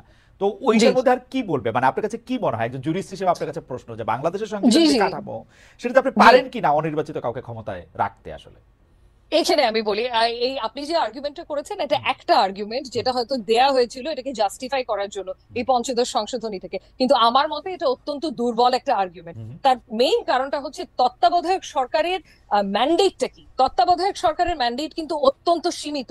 তাদের ম্যান্ডেট হচ্ছে ফ্রি ফেয়ার অংশগ্রহণমূলক একটা নির্বাচন দেয়া, এবং তাদের সময়সীমাটাও সীমিত 3 মাস। তাদের কিন্তু দেশ পরিচালনা করা তাদের ম্যান্ডেট না, তাদের ম্যান্ডেট হচ্ছে ফ্রি ফেয়ার ইলেকশন। এবং আমরা দেখেছি যে তত্ত্বাবধায়ক সরকারের অধীনে যে নির্বাচনগুলো হয়েছে সেগুলোকে যদি আপনি তুলনা করেন দলীয় দলীয় সরকারের অধীনে যে গত 3টা নির্বাচন হয়েছে, এটা তো তুলনাও করা যায় না। নির্বাচন যদি ফ্রি ফেয়ার না হয় তাহলে আমি গণতন্ত্রের কথা কিভাবে বলি? এই নির্বাচনের মাধ্যমেই তো আমরা জনগণের অংশগ্রহণটা নিশ্চিত করি। সো নির্বাচনটা ফ্রি ফেয়ার করার জন্য তত্ত্বাবধায়ক সরকার ক্রিটিক্যাল। আমার মতে তত্ত্বাবধায়ক সরকারটা ব্যবস্থাটা ডেমোক্রেসির সাথে গণতন্ত্রের সাথে ইন্টেগ্রালি লিঙ্কড আমাদের দেশের প্রেক্ষাপটে। এবং শুধু আমি যে অ্যাবস্ট্রাক্ট কথা বলছি, একাডেমিক কথা বলছি তা না, আমাদের লিভড এক্সপিরিয়েন্স। আপনি গত 3টা নির্বাচন দেখেছেন, আপনি তত্ত্বাবধায়ক সরকারের অধীনে 2টা নির্বাচন দেখেছেন। এই দুটো কম্পেয়ার করলেই কিন্তু বোঝা যায় কোনটা কাজ করছে গণতন্ত্রের জন্য, কোনটা কাজ করছে না। সো আমার তো মনে হয় 100% যুক্তিগত কারণ আছে পঞ্চদশ সংশোধনীর এই প্রভিশন গুলো বাতিল করার পেছনে। ওকে, আমি জনাব তাজুল ইসলামের কাছে ফিরি। রাশনা, আপনাকে ধন্যবাদ। আমি একটু জনাব তাজুল ইসলামের কাছে ফিরি। আমি এই প্রশ্নটাই, এই পঞ্চদশ সংশোধনী বাতিলে হাইকোর্টের রায় এবং সেটা আসলে নির্বাহী বিভাগের চাওয়ার সাথে বিচার বিভাগের চাওয়ার এত মিল বারবার ঘটে কেন, এইটা নিয়ে একটু আপনার কাছে জানতে চাই। এবং পাশাপাশি এই প্রশ্নটাও করতে চাই, যদি এখন পঞ্চদশ সংশোধনী সোজা কথা তত্ত্বাবধায়ক সরকার ব্যবস্থা যদি ফিরে আসে, ত্রয়োদশ সংশোধনী যদি বহাল হয়, আপনি আবার আগের সিস্টেমে চান কিনা সর্বশেষ অবসরপ্রাপ্ত প্রধান বিচারপতি? কেউ কেউ এই আর্গুমেন্ট দিয়েছিলেন যে এই পদটা পাওয়ার জন্য আসলে নানাভাবে এটাকে ব্যবহারও করা হচ্ছে। আপনার কাছে কি মনে হয় জনাব তাজুল ইসলাম? আমরা দেখেছি যে বিএনপির আমলে রাতারাতি বিচারকদের বয়স বাড়ানো হয়েছিল সংবিধান সংশোধন করে, যাতে একজন পার্টিকুলার ব্যক্তি সর্বশেষ অবসরপ্রাপ্ত প্রধান বিচারপতি হন। জনাব তাজুল ইসলাম। জি জি, আপনাকে ধন্যবাদ। প্রথমত কথা হচ্ছে যে আপনি নির্বাচিত এবং অনির্বাচিত সরকারের যে কথাটা বলেছেন, এই ধারণার সাথে আমার কিন্তু ভিন্ন একটা মত আছে। যে বর্তমানে ডক্টর ইউনূসের নেতৃত্বে আমাদের দেশে যে সরকারটা আছে, বাংলাদেশের আওয়ামী লীগ ব্যতীত বাংলাদেশের সকল মানুষের সমর্থন তাদের পেছনে আছে, কিন্তু তারা কোনো ইলেকশনের মাধ্যমে আসেননি। আমাদের সংবিধানে বলা হয়েছে জনগণের ইচ্ছা এবং অভিপ্রায় হচ্ছে প্রজাতন্ত্রের সর্বোচ্চ আইন। সুতরাং ডক্টর ইউনূসের সরকার বাংলাদেশের 18 কোটি মানুষের মধ্যে 17 কোটি মানুষের সমর্থন নিয়ে আছে। তাহলে আপনি যদি বলতে চান যে অনির্বাচিত সরকার 1 মিনিটও চালানো উচিত নয়, তাহলে ডক্টর ইউনূসের সরকার কি চালাবেন না? ডক্টর ইউনূস চালাচ্ছেন বাংলাদেশের সিংহভাগ মানুষের সমর্থন নিয়ে। This is number 1। আমি কি একটা প্রশ্ন করতে পারি? জনগণের ইচ্ছা ও অভিপ্রায় বোঝার তো উপায় আমাদের সংবিধানে একরকমই বলে দিছে, তাই না? নির্বাচন আমাদের সংবিধান কি জনগণের ইচ্ছা আর অভিপ্রায় কি আর কি রকম বলছে? আছে আছে। এই যে যেমন ধরেন এই যে বিপ্লব 5ই আগস্ট হয়েছে, বাংলাদেশের সিংহভাগ মানুষ চেয়েছে যে হাসিনার মতো একটা নিকৃষ্ট ফ্যাসিস্ট বাংলাদেশ থেকে চলে যাক। সে নির্বাচনের নামে তামাশা করেছে, এইটা জনগণের ইচ্ছা প্রকাশের মাধ্যম ছিল নির্বাচন। সেই নির্বাচন ব্যবস্থাটাকে আপনি ধ্বংস করে দিয়েছেন। তখন আপনার ইচ্ছা এবং অভিপ্রায় প্রকাশের ব্যবস্থাটা কি, সেটা ছাত্ররা দেখিয়েছে। 5ই আগস্ট ঢাকার রাজপথ দেখিয়েছে জনগণ তাদের ইচ্ছা বহিঃপ্রকাশ কিভাবে ঘটান, এবং যার প্রেক্ষিতে বাংলাদেশের সকল মানুষের সমর্থনে এখন ডক্টর ইউনূসের সরকার আছেন। সুতরাং ইচ্ছা বা অভিপ্রায় প্রকাশ করার জন্য নির্বাচন ব্যবস্থার বাইরেও সুযোগ আছে, যেটা বিপ্লবের মধ্য দিয়ে প্রকাশিত হয়েছে। দ্বিতীয় কথা হচ্ছে যে তত্ত্বাবধায়ক সরকার ব্যবস্থা যখন এই সংবিধান ইন্ট্রোডিউস করা হয়েছিল 1990 সালে, আমাদের সবারই মনে আছে, সকল দলের সম্মিলিত সিদ্ধান্তের ভিত্তিতে কিন্তু সেটা হয়েছিল, কিন্তু সেটা কিন্তু নির্বাচন ছিল না। সুতরাং জনগণের ইচ্ছা এবং অভিপ্রায়ের মাধ্যমেই তত্ত্বাবধায়ক ব্যবস্থাটা এসেছে। সুতরাং 3 মাসের জন্য তারা যে একটা বিশেষ দায়িত্ব পালন করেন, এইটা তারা অনির্বাচিত হিসেবে সালে কিন্তু অ্যাজ সাচ এইভাবে বলার সুযোগ নেই। কারণ তাদের এই মাননীয় চিফ প্রসিকিউটর 90 সালে কিন্তু তত্ত্বাবধায়ক সরকার ব্যবস্থা আসে নাই, একটা অস্থায়ী রাষ্ট্র কাঠামো আসছে। তত্ত্বাবধায়ক সরকার ব্যবস্থা আসছে কিন্তু 96 সালে জনগণের অভিপ্রায় নিয়ে। ঠিক আছে, 96 সালে, ঠিক আছে। কিন্তু ওই যে এই যে ধারণাটা, এই যে তত্ত্বাবধায়কের যে ধারণাটা ইন্ট্রোডিউসড হয়ে গেল, সেটা কিন্তু সকল দলের সম্মিলিত সিদ্ধান্তের ভিত্তিতে হয়েছে, রাইট, সরকারি দল এবং বিরোধী দলের। তাহলে সকল মানুষের সম্মতির ভিত্তিতে যেটা হলো, সেটাই তো জনগণের ইচ্ছা এবং অভিপ্রায়ের বহিঃপ্রকাশ। সুতরাং এই বহিঃপ্রকাশের মধ্য দিয়ে যে সরকারটা আসছে, তত্ত্বাবধায়ক ব্যবস্থা, এটা অনির্বাচিত বলার কোনো সুযোগ নেই, কারণ এটা জনগণের অভিপ্রায়ের সরকার। হয়তো কথিত যে নির্বাচন, সেই নির্বাচনের মাধ্যমে আসছে না। This is number one. Number two হচ্ছে যে সরকারের ইচ্ছার সাথে আদালতের ইচ্ছা মিলে গেল কি করে? আপনি দেখবেন সোজা পথ সবসময় একটা হবে। সে যেদিক থেকে আপনি দেখেন সোজা পথ একটাই। আদালত যদি ন্যায়সঙ্গত এবং সংবিধান সম্মত বিচার যখন করেন, যেটা গণমানুষের আকাঙ্ক্ষা, সেটার সাথে মিলে যাওয়াটা অস্বাভাবিক কিছু নয়। ওকে, আমরা কি আবার এটা আমি বুঝতে পারছি, আপনি মানে আপনি কি আবার সর্বশেষ অবসরপ্রাপ্ত প্রধান বিচারপতি মডেলে ফিরে যেতে চান? মানে আমাদের কিন্তু 2006-07 একটা খারাপ অভিজ্ঞতা আমাদের আছে কিন্তু, জি জি, যে কারণে কোর্টে এই কথাগুলি উঠছে বারবার। যে আমি যেটা মনে করি, আমি পূর্ণাঙ্গ জাজমেন্টটা দেখিনি, পাইনি এখনো। আমি মনে করি যে এই যে বিচারপতিদের আর সর্বশেষ অবসরপ্রাপ্ত বিচারপতিদেরকে নিয়ে যে তত্ত্বাবধায়ক ব্যবস্থা গঠনের ব্যাপারটা, এইখানে অবশ্যই নেসেসারি পরিবর্তন আনা উচিত। কারণ তা না হলে এই পদটাকে টার্গেট করে যে সমস্ত অপকর্মগুলো হয়, সেখানে বিচারপতিদের বয়স নিয়ে কথাবার্তা, বা কাকে প্রধান বিচারপতি করা হবে, কাকে সুপারসিড করা হবে, কে আমার অনুগত হবে, এই যে অশুভ এবং অস্বাস্থ্যকর একটা প্রতিযোগিতা শুরু হয়ে যায়, এই ব্যাপারটা অ্যাড্রেস করা উচিত। এটা সম্মিলিত সিদ্ধান্তের ভিত্তিতে যে সংবিধান সংস্কারের জন্য যারা কমিশন করেছেন, আমার মনে হয় তারা যদি একটা যুক্তিসঙ্গত একটা বিষয় এখানে ইন্ট্রোডিউস করেন, সেটাই জাতির আকাঙ্ক্ষার সাথে সঙ্গতিপূর্ণ হবে। ব্যবস্থাটা থাকা উচিত, তবে ওই সর্বশেষ প্রধান বিচারপতি বা এই যে ব্যাপারটা, এই ব্যাপারটা আমি মনে করি এটা অবশ্যই পুনর্বিবেচনার দাবি। মানে 3 জোটের রূপরেখা তো একটা আমাদের সবার ইচ্ছার অভিপ্রায়। আমরাও সে সময় মাঠে ছিলাম তাজুল ভাই, আমাদের ইচ্ছারও আসলে অভিপ্রায়ই ঘটছে, এতে কোনো মানে ইচ্ছারও প্রকাশ করছে, অভিপ্রায়েরই প্রকাশ করছে। কিন্তু আমরা তো সর্বশেষ প্রধান বিচারপতিকেই ভাবছিলাম যে তাকে নিয়ে কোনোদিন কোনো কিছু করা হবে না, বিতর্ক হবে না।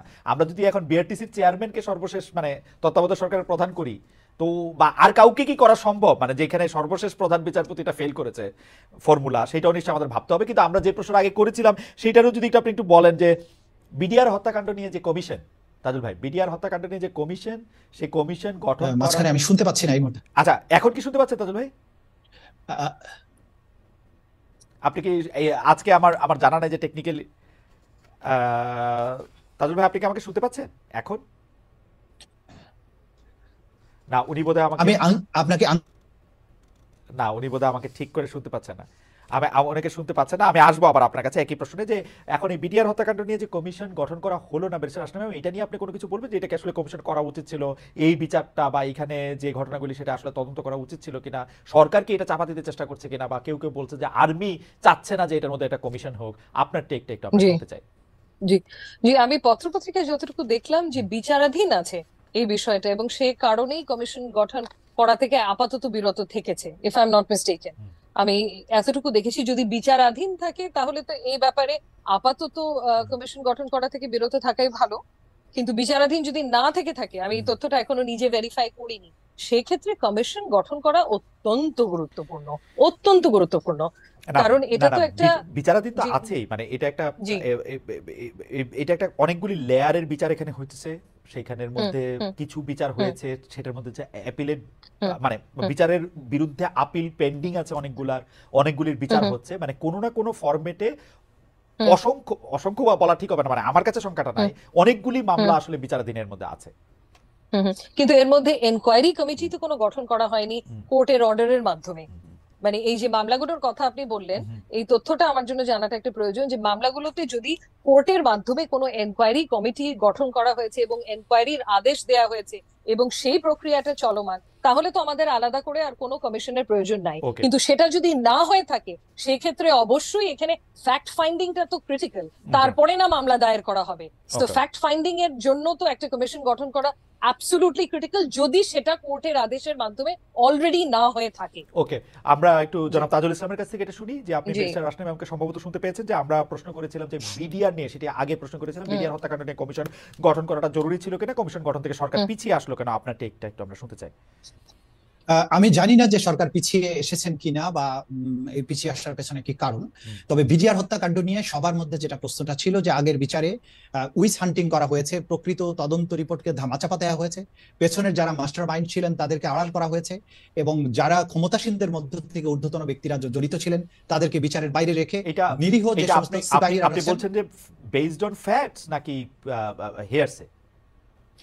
এটা দেখুন, এগুলো হিয়ার্সের বাইরে তো প্রত্যক্ষদর্শী যারা ছিলেন, যারা ভুক্তভোগী, যারা বিডিআর এর হত্যাকাণ্ডের সময় যারা নানানভাবে এর সাথে এর দ্বারা প্রভাবিত হয়েছেন, সেই সমস্ত লোকদের কাছ থেকে শুনে আমরা বলছি, এবং বিশেষ করে সেনাবাহিনীর তদন্ত রিপোর্ট, এই সমস্ত জিনিস কিন্তু আলোর মুখ দেখেনি।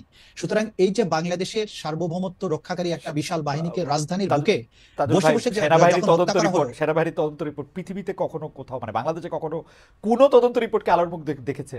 বাংলাদেশের দুজন প্রেসিডেন্ট ক্ষমতায় থাকা অবস্থায় সেনাবাহিনীর কিছু কর্মকর্তাদের দ্বারা নিহত হয়েছেন, সেই সব ব্যাপারে চট করে কিছু তদন্ত কমিটিও হয়েছিল, সেগুলি রিপোর্ট কি কখনো এসছে আলোর মুখে?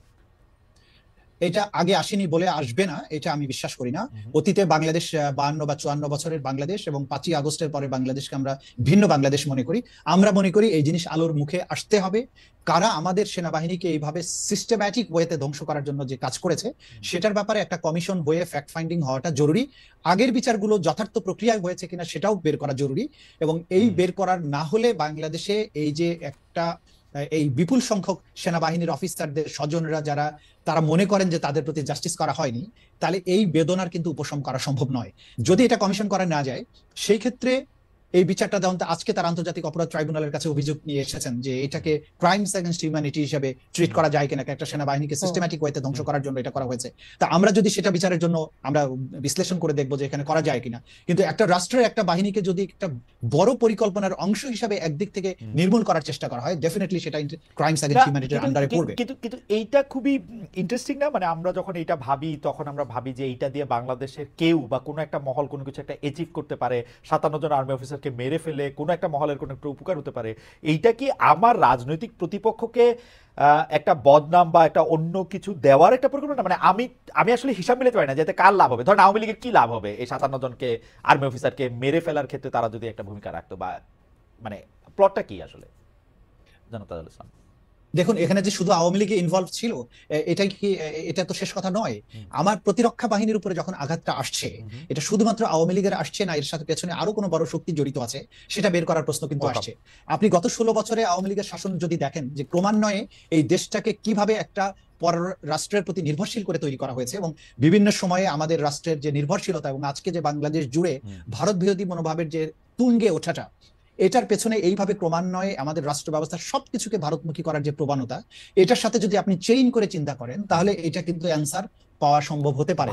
যেখানে রাষ্ট্রের সার্বভৌমত্বের প্রশ্ন জড়িত আছে, যেখানে যে একটা আমার প্রবল শক্তিশালী একটা প্রতিবেশী রাষ্ট্র, সেটা যদি তার কলোনিয়ালিজম বলেন, তার আগ্রাসী নীতির কথা বলেন, তারা যদি পেছন থেকে কলকাঠি নেড়ে থাকে, এবং যারা ক্ষমতায় ছিলেন গত আমি এই প্রশ্নটা নিয়ে আসলে একটু সিরিয়াসলি, আমরা কি আসলে আমাদের সার্বভৌমত্ব নিয়ে মানে চিন্তা করতে, মানে আমরা চিন্তা করতেছি যে আমাদের মানে ভারত আমাদের আক্রমণ করে আমাদেরকে অধীন করে ফেলতে পারে? এটা সত্যি একটা সিরিয়াস চিন্তা? না, এটা আমি বলছি আক্রমণ করা নয়। আপনি সব রাষ্ট্র সবসময় আক্রমণ করে দখল করতে হবে এমন নয়। ইনফিল্ট্রেশনের মাধ্যমে গত 16 বছরে বাংলাদেশকে যেভাবে ভারত নির্ভর করা হয়েছিল প্রত্যেকটা সেক্টরে, আপনি প্রত্যেকটা সেক্টর যদি বিশ্লেষণ করেন, তাহলে তো দখল করার প্রয়োজন নেই। আপনি একটা ওসি নিয়োগ করার আগে যদি ভারতীয় দূতাবাসের পরামর্শ নিতে হয়, তাহলে সেই রাষ্ট্র তো দখল করার প্রয়োজন নেই। এই সব বিষয়গুলো পেছন থেকে কমিশন গঠন করে এটা দেখা উচিত যে এই কাজগুলো কিভাবে হয়েছিল, এই কাজগুলো আমাদের সৈনিকেরা কিভাবে আমাদের অফিসার থেকে হত্যা করলো, এই ফ্যাক্টস ফাইন্ডিং তো হয়নি। এটা অবশ্যই এটাকে বের করা উচিত জাতির স্বার্থে, ভবিষ্যতের স্বার্থে। বেশি রাষ্ট্র ইমাম কি মনে করেন যে এটা কি আসলে, আমার মূল প্রশ্নে যাওয়ার আগে আপনি যদি একটু ছোট করে বলেন যে এটা কি আসলে একটু পলিটিক্যাল রেটরিক বেশি, মানে একটা ইন্ডিয়া সার্বভৌমত্বের উপর হামলা, সেই কারণে একটা হইতে পারে ওরকম, লাইক আপনার কাছে কি মানে আপনি বিডিআর মিউটিনির কথা বলছেন? বিডিআর মিউটিনি সহ আর যে বয়ান, যে ধরেন বাংলাদেশের সার্বভৌমত্ব হুমকির মুখে, আবার এটা অবশ্য তাজুল ইসলাম খুব সুন্দর করে বলছেন যে সার্বভৌমত্ব তো আসলে দেশটাকে দখল করে হবে না, নানাভাবেও এটা হইতে পারে। আপনার টেকটাও একটু শুনি। জি জি, মানে এইটুকু বক্তব্যের সাথে তো আমি একমত যে দেশটাকে দখল করা is not the only way. এছাড়া অন্যান্য বিভিন্ন ভাবে করা যায়। একটা দেশকে যদি আপনি ট্রেড এন্ড কমার্সের দিক থেকে ক্রিপল করে ফেলেন, তাহলেও কিন্তু এটা আমাদের সার্বভৌমত্বকে অ্যাটাক করা হবে। আমি যেটা জানতে চাইছিলাম যে আমরা এই কথাগুলি বলার সময় ফ্যাক্টস এন্ড ফিগার দেখে, স্ট্যাটিস্টিক্স দেখে আমরা বলতেছি কিনা গত 15 বছরের ট্রেড এন্ড কমার্স, তার আগে, কারণ আমরা কিন্তু বরাবরই দেখেছি, যেমন ধরেন বিএনপি ভারতে গ্যাস পুরো একটা, মানে বিবিয়ানার গ্যাস পুরোটাই রপ্তানি করে দিতে চেয়েছিল। ভারতকে তো আমরা যে সরকারি ক্ষমতায় আসুক তার আসলে এক ধরনের সুবিধা করতেই দেখি। তার সাথে তো একটা ইন্ডিয়া সাথে শেখ হাসিনা হয়তো বেশি করছে, কিন্তু আমরা তো হিস্টোরিক ভাবে তাই দেখি আসলে, মানে এটা আমরা কেন এটা বলবো না মানে এখানে আমি আমি একটা কথা বলি হ্যাঁ খালেদ ভাই, সেটা হচ্ছে গিয়ে আমরা তো এই গ্লোবালাইজেশনের যুগে বাংলাদেশ তো আইসোলেটেড ভাবে এক্সিস্ট করতে পারে না। সো ভারত আমাদের শক্তিশালী প্রতিবেশী এবং নানাভাবে ভারতের সাথে আমাদের সম্পর্ক আজকের না, সেটা হিস্টোরিক্যালি বলেন, কালচারালি বলেন, ভাষাগতভাবে বলেন, ট্রেড এন্ড কমার্স বলেন, প্রত্যেকটা বর্ডার শেয়ারিং তো আমি বাদই দিলাম, আছে প্রত্যেকটা ভাবে কিন্তু ইন্টেগ্রালি কানেক্টেড এই দুটো দেশ। সো আমাদের ভারতকে যেরকম প্রয়োজন, ভারতেরও আমাদেরকে সেরকমই প্রয়োজন। সো আমাদের অ্যাটিটিউডটা রাইট নাও হওয়া উচিত একটা সুসম্পর্ক গড়ে তোলার, কাদা ছোড়াছড়ি না করে, মানে পেছনের দিকে না তাকিয়ে সামনের দিকে তাকানো উচিত। কোনো ধরনের ধরেন যেরকম ডিসইনফরমেশন ক্যাম্পেইনটা ভারত শুরু করেছিল এই পতনের পর থেকে নিয়ে, যেটা এখন পর্যন্ত কিছু দূর হলেও চলছে, সেটা আমরা কিভাবে কাউন্টার করব?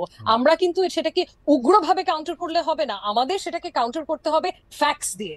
আমরা ফ্যাক্টস গুলো পুরো বিশ্বের কাছে, ভারতের কাছে তুলে ধরবো যে যে এটা ডিসইনফরমেশন কেন। আমরা যদি এই এক্সট্রিমিজমকে এক্সট্রিমিজম দিয়ে কাউন্টার করি তাহলে তো হবে না, কারণ দুটো দেশকেই তো দুটো দেশের প্রয়োজন।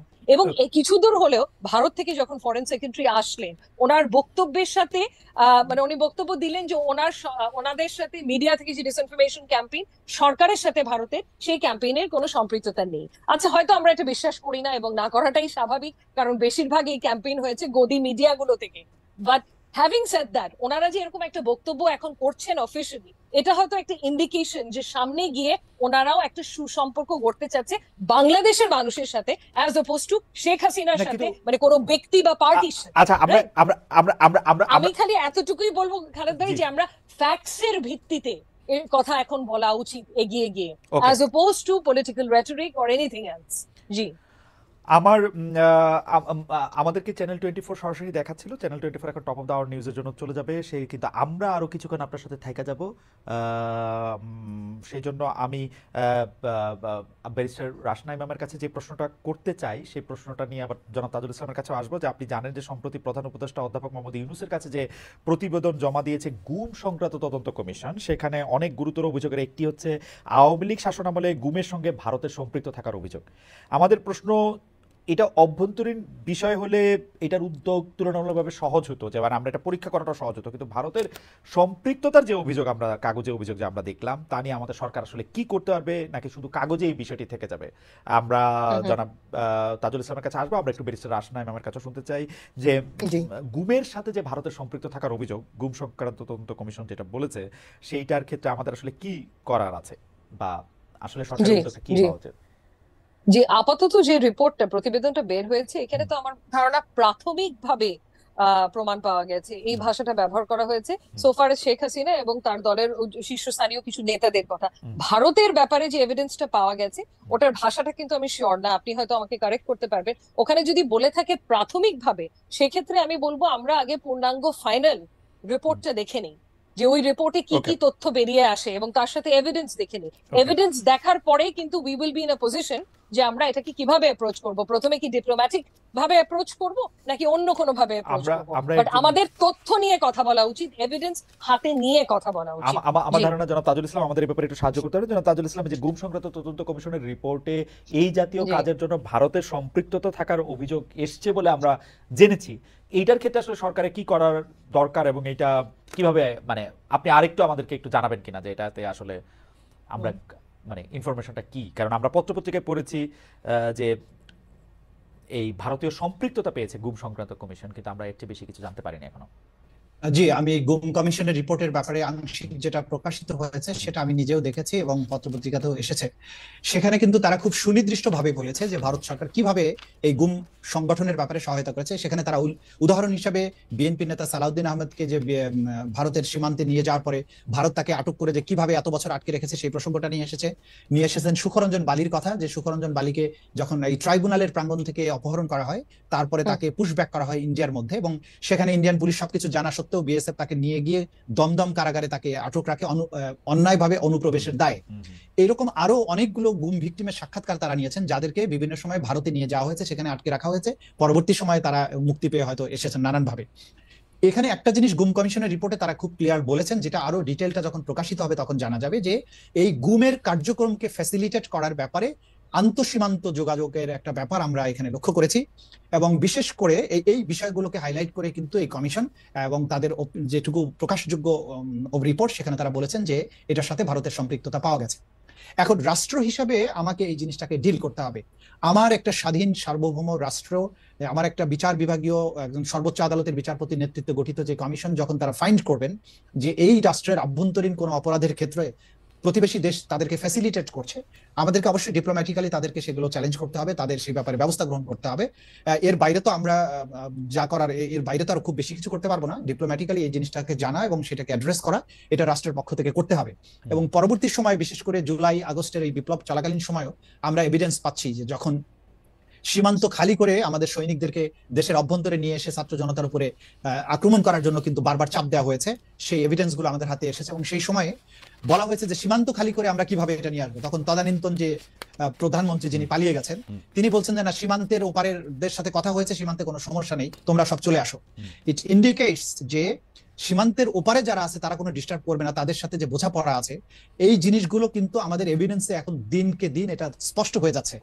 যে কারণে এই জিনিসগুলো বাংলাদেশের এই তরুণ ছাত্র জনতা যে ভারত বিরোধী যে মনোভাব যাদের তুঙ্গে উঠেছে, এত বছরের নিপীড়ন নিগ্রহ, এখানে যে তাদের সম্পৃক্ততা প্রকাশ্যে অপ্রকাশ্যে নানানভাবে সেটা ছিল, সেটা ভাষা পেয়েছে এই গুম কমিশনের রিপোর্টের মধ্য দিয়ে। মানে আমি আসলে এই রাজনৈতিক বয়ানটা বুঝতে চেষ্টা করি, মানে শেখ হাসিনা নিজে যেগুলি অপরাধ করতেছে, নিজে যেগুলি কাজ করতেছে, সেগুলিরও দায় সবটাই আমরা ভারতের উপরেই দিব এখন, তাই তো? না, আমরা তা বলছি না। আমরা যেটা বলছি যে দেখুন, শেখ হাসিনার এই অপরাধগুলো সংগঠনের ব্যাপারে তাকে নানানভাবে ফ্যাসিলিটেট করা হয়েছে। তার সর্বশেষ দৃষ্টান্ত হচ্ছে যে তাকে তো ফ্যাসিলিটেট চীনও করছে, দুইটা সাবমেরিন দিছে ভারতের এটা টহল দেওয়ার জন্য। সাবমেরিন এই যে পদ্মা সেতু বানাইতে টাকা দিছে, মিথ্যা কথা বলে বলে সেটা। হ্যাঁ, সাবমেরিন কিন্তু কোনো ক্রাইমস এগেইনস্ট হিউম্যানিটি সংগঠনের কাজে ব্যবহৃত হয়নি। এবং পদ্মা সেতুতে ঋণ যেটা দিয়েছে সেটা দিয়ে বাংলাদেশের ইনফ্রাস্ট্রাকচার ডেভেলপমেন্ট হচ্ছে, যদিও সেখানে দুর্নীতি হয়েছে। কিন্তু ধরেন একটা গুমের ক্ষেত্রে যখন সাহায্য করবে, যখন সীমান্ত খালি করে বাংলাদেশের জনগণের উপরে আঘাত করো, তোমার সৈনিককে নিয়ে সীমান্ত খালি করে দাও, এই ধরনের সম্পৃক্ততা এক জিনিস না। সেটা তো আপনি বলতেছেন, মানে এটা তো আপনার বলা, মানে আমি তো আর এটার ফ্যাক্ট আমি জানি না। মানে বাংলাদেশের কোনো সরকার প্রধান সীমান্ত খালি করে দাও, সৈনিকদের মারা, এটা ইটস লাইক, মানে এটা অনেক বড় স্টেটমেন্ট। মানে এটা নিশ্চয়ই সৈনিকদের মারা না, আমি আপনাকে বলছি দায়িত্ব নিয়ে। আমাদের তদন্তের মাধ্যমে আমরা পাচ্ছি যে যখন 5ই আগস্টের যখন ঢাকাকে কন্ট্রোল করতে পারছিল না, তখন প্রাইম মিনিস্টার নির্দেশ দিয়েছিলেন বিজিবিকে যে তোমরা সীমান্ত থেকে ঢাকা শহরের দিকে মার্চ করো। এবং আপনারা জানেন যে 5ই আগস্ট বিভিন্ন রাস্তায় রাস্তায় বিজিবির সাথে ছাত্র জনতার সংঘর্ষ হয়েছে, তারা ঢাকার দিকে মার্চ করছিল। সেই তথ্য আছে। বিডিআর নিয়োগ করতে হলে তো সীমানা থেকেই নিতে হবে, আর কোথাও থেকে তো নিয়োগ করার উপায় নাই, মানে বিজিবিকে নিয়োগ করা। তাহলে সীমান্তকে অরক্ষিত রেখে আপনি সৈনিকদেরকে ঢাকার দিকে মার্চ করতে বলা, এবং সেক্ষেত্রে আবার যখন বলা হয়েছে যে আমি যেটা করব, তো তাহলে তো সীমান্ত অরক্ষিত হয়ে যাবে। তখন তিনি যে অ্যান্সার গুলো দিয়েছেন, যেগুলোর প্রমাণ আমরা পেয়ে গেছি আমাদের হাতে, তো এগুলোর থেকে এগুলো অনেক বেশি শক্ত কথা, কিন্তু ইট ইজ রিয়ালিটি। ওকে, ঠিক আছে, আমি মেনে নিলাম। এমনিতেই লোকে বলতেছে যে আমি আওয়ামী লীগের প্রেসিডিয়ামের সদস্য কিনা, কেন তো আওয়ামী লীগের হয়ে কথা বলতেছি যে ভাই। আচ্ছা, যাই হোক, প্রেসিডিয়াম কিন্তু ফাঁকা আছে, আপনি চাইলে হয়ে যেতে পারেন। হয়ে যেতে পারে না, আপনার ধারণা যে আমি খালি ফাঁকা হইলেই সেই জায়গায় গিয়ে বসি, ব্যাপারটা এরকম না কিন্তু তাজুল ভাই। মানে এটা এটা এটা আমি, আচ্ছা, আমার দুইটা প্রশ্ন এটার মধ্যে এটা আছে, সেটা হচ্ছে যে সারা দেশে আওয়ামী লীগ নেতাকর্মীদের আসামি হিসাবে আদালতে হাজির করা হলে তাদের উপর ডিম মলমূত্র নিক্ষেপ, অনেক ক্ষেত্রে আইনজীবীদের কে দাঁড়াতে না দেওয়া, এইটা আপনি দীর্ঘদিন, মানে এইটা আপনি ফেস করেছেন, কারণ আমরা আপনাদের সাথে কথা বলেছি, এইটা আপনি আসলে কিভাবে দেখেন যে এটা ঠিক হচ্ছে? প্রথম কথা হচ্ছে আমার দায়িত্বের মধ্যে আছে আন্তর্জাতিক অপরাধ ট্রাইব্যুনাল। এখানে আপনারা দেখেছেন যে তাদেরকে কোনো হাত করা পড়ানো হয় না, তারা খুব পিসফুলি এখানে আসেন এবং তারা হাত নাড়েন, তারা দোয়া চেয়েছেন, তারা হাসি মুখে কথা বলেছেন। এটার জন্য আমাদেরকে ক্রিটিসাইজ করা হচ্ছে যে তোমাদের আগের সব আলেম ওলামাদেরকে হ্যান্ডকাপ পরানো হয়েছে, তোমাদের এখানে আপনাদের সাথে আওয়ামী লীগের ভালোবাসা বেশি, তাজুল ভাইয়ের সাথে আওয়ামী লীগের ভালোবাসা বেশি। হ্যাঁ, এই জাতীয় কথা বলা হচ্ছে। তো এটা যেটা জজ কোর্টে প্রথম দিকে ধরেন যখন ম্যাজিস্ট্রেট কোর্টগুলোতে তাদেরকে হাজির করা হয়েছে, তখন জাস্ট বিপ্লবের পর তখন একটা ট্রমার থেকে বেরিয়ে আসা, এবং মানুষ তখন অনেক বেশি উত্তেজিত, শহীদদের রক্ত তখনও শুকায় নাই, মানুষ আহত, তখন একটা ইমোশনের ভিত্তিতে যেগুলো হয়েছে সেগুলো অনাকাঙ্ক্ষিত, এগুলো আদালত অঙ্গনে হতে দেওয়া উচিত নয়। তবে এটা কিন্তু এখন বন্ধ হয়ে গেছে, এবং আমরা কেউই চাইবো না যে এই ধরনের পরিবেশ অন্তত আদালতে হোক। আচ্ছা, জয় বাংলা এখন জাতীয় স্লোগান না, কিন্তু এই স্লোগান নিষিদ্ধও না, কিন্তু আমাদের কাছে খবরগুলো এরকম আসতেছে যে জয় বাংলা স্লোগান দিতে গেলে আক্রমণের মুখে পড়তেছে। জয় বাংলা স্লোগান দেওয়ায় বা লেখার কারণে চাঁপাইনবাবগঞ্জে ছাত্রলীগের 2 জন কর্মীকে হত্যা করা হয়েছে। মানে সিরিয়াসলি এরকম ঘটনা ঘটতেছে আসলে? তাজুল ভাই। আমার জানা নেই, তবে জয় বাংলা হ্যাঁ স্লোগানকে যেভাবে অপব্যবহার করা হয়েছে, প্রত্যেকটা অপকর্মের সাথে, হ্যাঁ হত্যাকাণ্ড, দুর্নীতি করতে গিয়ে জয় বাংলা স্লোগান দিয়েছে, মানুষ মারতে গিয়ে জয় বাংলা স্লোগান দিয়েছে, ব্যালট বাক্স ছিনতাই করতে গিয়ে জয় বাংলা স্লোগান দিয়েছে। এইভাবে যখন একটা অপরাধের স্লোগান হচ্ছে, যখনই সে ধরা পড়তে গেছে তখন সে জয় বাংলা বলে হ্যাঁ, ফেলছে। কারণ হচ্ছে যে এইভাবে কারণ এই জয় বাংলা বলতে গেলে তো আর আওয়ামী লীগের সার্টিফিকেট লাগে না, এটা তো আমিও হ্যাঁ, বলতে পারি, আপনিও বলতে পারেন, তাই না? মুশকিল আসানের যে স্লোগান, এখন যখনই এই স্লোগানটা 16 বছর ধরে একটা অপরাধ সংগঠনের হাতিয়ার হিসেবে ব্যবহৃত হয়েছে, মানুষ কিন্তু যখনই এখন কেউ আরেকবার জয় বাংলা বলার চেষ্টা করে, তখন জয় বাংলা স্লোগানটা তার শত্রু না, তার পেছনের যে মানুষটার অপরাধী মানসিকতা, তাকে কিন্তু মানুষ আক্রমণ করে। সুতরাং জয় বাংলাকে দোষ দিয়েন না, দোষ দিতে হবে আসলে তার পেছনের মানুষটা, যে এই স্লোগানটাকে অপব্যবহার করে অপকর্মগুলো করেছে। সুতরাং বাংলাদেশে এই পরিস্থিতিটা আরো কিছুদিন থাকবে। আমার মনে হয় যে এই জয় বাংলা স্লোগানে যদি কোনো সমস্যা না থাকে, এটা ঠিক হয়ে যেত আপনারা যদি জয় বাংলা স্লোগান দিতে শুরু করতেন। তাইলে যেহেতু এটা আমাদের মুক্তিযুদ্ধের স্লোগান, এটা তো দেয়াই যেতে পারে, কিন্তু যেহেতু এটা আওয়ামী লীগেরই দেওয়ার জন্য আপনারা এটা রাইখা দিচ্ছেন, তাতে ঝামেলা হয় কিনা। যাই হোক, তাজুল ভাই আপনাকে ধন্যবাদ, আমাদের সময় নাই। আমরা একটু ব্যারিস্টার আসনাম ইমামকে এই দুইটা প্রসঙ্গে খালি আমি একটু শুনতে চাই, যে এক হচ্ছে যে বিপরীত পক্ষের আইনজীবীদের দাঁড়াতে না দেওয়া, আর দুই হচ্ছে যে আসলে যারাই আওয়ামী লীগ, যারাই ছাত্রলীগ, তাদেরকে এখন খুঁজে খুঁজে মেরে ফেলা বা জয় বাংলা হলে মেরে ফেলা, কেস দেওয়া, বা এটা আপনি আসলে কিভাবে দেখেন, মানে পত্রপত্রিকা যে রিপোর্টটা আসে? আমরা জি, একদম এটা তো অত্যন্ত দুঃখজনক, কারণ একজন আইনজীবী হয়ে আমি কখনোই এটাকে সমর্থন করতে পারবো না, কারণ আমাদের সংবিধানেই দেয়া আছে যে দ্রুত এবং প্রকাশ্য বিচার লাভের অধিকার সবার আছে, সে যেই হোক না কেন।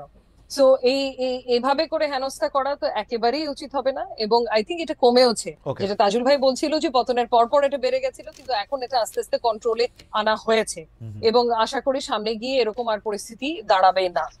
সো অবভিয়াসলি এটাকে আমি কোনোভাবেই ভালো চোখে দেখি না এবং সমর্থনও করি না। আপনার আরেকটা প্রশ্ন ছিল? আরেকটা প্রশ্ন ছিল হচ্ছে যে, জি না, দুটি প্রশ্ন আমি একসাথে করেছিলাম, যে ওই যে জি যারা আইনজীবীদেরকে তাদের মক্কেলদের হয়ে মামলা লড়তে না দেওয়া, যদি তারা আওয়ামী লীগ করে থাকেন, বা তাদের এইটার ব্যাপারে আপনি কি বলছেন? তারা আইনি সুবিধা পাচ্ছেন না বা আইনজীবীদেরকে দাঁড়াতে দিচ্ছে না, তাদের আইনজীবীদেরকেও হেনস্থা করা হচ্ছে, এইটা আপনি আসলে কিভাবে দেখেন? জি, এগেন একেবারেই সমর্থন করছি না, এটা অত্যন্ত নিন্দাই করছি, বরঞ্চ কারণ একই জিনিস আমাদের সংবিধানে তো নিশ্চিত করা হয়েছে, এই right two fair trial, right two legal representation automatically ওটার থেকে এক্সট্রাপোলেট করলেই চলে আসে। সো এরকম একটা সাংবিধানিক অধিকারকে আমরা কোনোভাবেই কাউকেই বঞ্চিত করতে পারি না, এবং লিগ্যাল রিপ্রেজেন্টেশন পাওয়াটা মানে থাকাটাও তাদের অধিকার। এই ক্ষেত্রে কিন্তু সরকারও পদক্ষেপ নিতে পারেন, এবং কিছু দূর আমার মনে হয় নিচ্ছেও, যে লিগ্যাল রিপ্রেজেন্টেশন বা লিগ্যাল এইড এর মাধ্যমে সরকার থেকে কিছু নিয়োজিত আইনজীবী ডিফেন্সটা কন্ডাক্ট করার জন্য দিতেই পারেন, এবং আমার ধারণা কিছু দূর দিচ্ছেও। যে ক্ষেত্রে কোনো আইনজীবী পাওয়া যাচ্ছে না, সরকারই পাঠাচ্ছে আইনজীবী ডিফেন্সের জন্য। আমি এখানে একটা লাইন অ্যাড করতে চাই, যে এটা যে বললেন, আন্তর্জাতিক অপরাধ ট্রাইব্যুনালে তাদের আইনজীবী আছেন এবং কোন রকমের বাধাবিঘ্ন তো নয়, বরং তাদেরকে আমরা বলেছি যে আপনাদের যদি বিদেশি পরামর্শক লাগে আপনারা আনতে পারেন, এবং সব ধরনের সহযোগিতা তাদেরকে আমরা করছি এবং ফিউচারও করা হবে। সুতরাং প্রথম দিকে যেটা হয়েছে, যেটা আমি বললাম যে ডিম ছোড়ার কাজটা যেটা প্রথম দিকে উত্তেজনার সময় হয়েছে, ওই সময়ই কিছু বিচ্ছিন্ন ঘটনা ঘটেছে, এটা কিন্তু এখন আর হচ্ছে না। এবং বিশেষ করে যে আন্তর্জাতিক অপরাধ ট্রাইব্যুনালে তাদের বিচার হচ্ছে, এখানে খুবই স্মুথ এবং খুবই ভয়ভীতিহীন পরিবেশ, এখানে আইনজীবীরা খুব প্রফেশনাল দায়িত্ব পালন করতে কোনো রকমের বাধা নেই।